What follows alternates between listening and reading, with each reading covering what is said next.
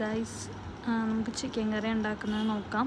First തന്നെ chicken നന്നായിട്ട് wash ചെയ്ത് കുറച്ച് ഉപ്പ്, മഞ്ഞൾപ്പൊടി, തൈര്, ചിക്കൻ മസാല, മീറ്റ് മസാല ഇട്ട് നന്നായിട്ട് വേവിക്കണം. വേവിച്ച് കഴിഞ്ഞിട്ട് അത് നമ്മൾ സൺഫ്ലവർ ഓയിൽ വറുത്തെടുക്കണം. ഒരു ഡീപ്പ് ഫ്രൈ ആക്കി എടുക്കണം. അത് എന്നിട്ട് നന്നായിട്ട് ഫ്രൈ ചെയ്തത് മാറ്റി വെക്കുക. എന്നിട്ട് കുറച്ച് സവോള, ചിക്കന് നിങ്ങൾക്ക് ഗ്രേവി ആവശ്യമുള്ള സവോള എടുക്കുക. സവോള നന്നായിട്ട് വഴറ്റുക.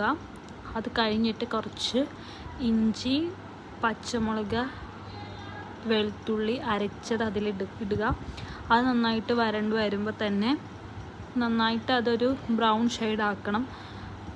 ഇഞ്ചി, പച്ചമുളക്, വെളുത്തുള്ളിയുടെ സ്മെല്ല് പോകുന്നത്രയും വഴറ്റിയെടുക്കണം. അത് കഴിഞ്ഞിട്ട് കുറച്ച് ടൊമാറ്റോസ് ആഡ് ചെയ്യുക. തക്കാളി നന്നായിട്ട് ആഡ് ചെയ്ത് അത് നന്നായിട്ട് വഴറ്റിയെടുക്കുക.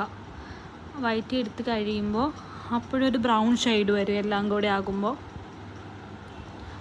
അത് കഴിഞ്ഞിട്ട് കുറച്ച് മഞ്ഞൾപ്പൊടി, മുളക് പൊടി, മീറ്റ് മസാല, കുറച്ച് ചിക്കൻ മസാലയും കുരുമുളക് പൊടിയും കൂടെ ഇട്ട്, പിന്നെ നമ്മൾ ചിക്കൻ വേവിച്ചതിൻ്റെ സ്റ്റോക്ക് വാട്ടർ ഉണ്ടാവും, അതും കൂടെ ആഡ് ചെയ്ത് നന്നായിട്ട് അത് മിക്സ് ചെയ്തെടുക്കുക.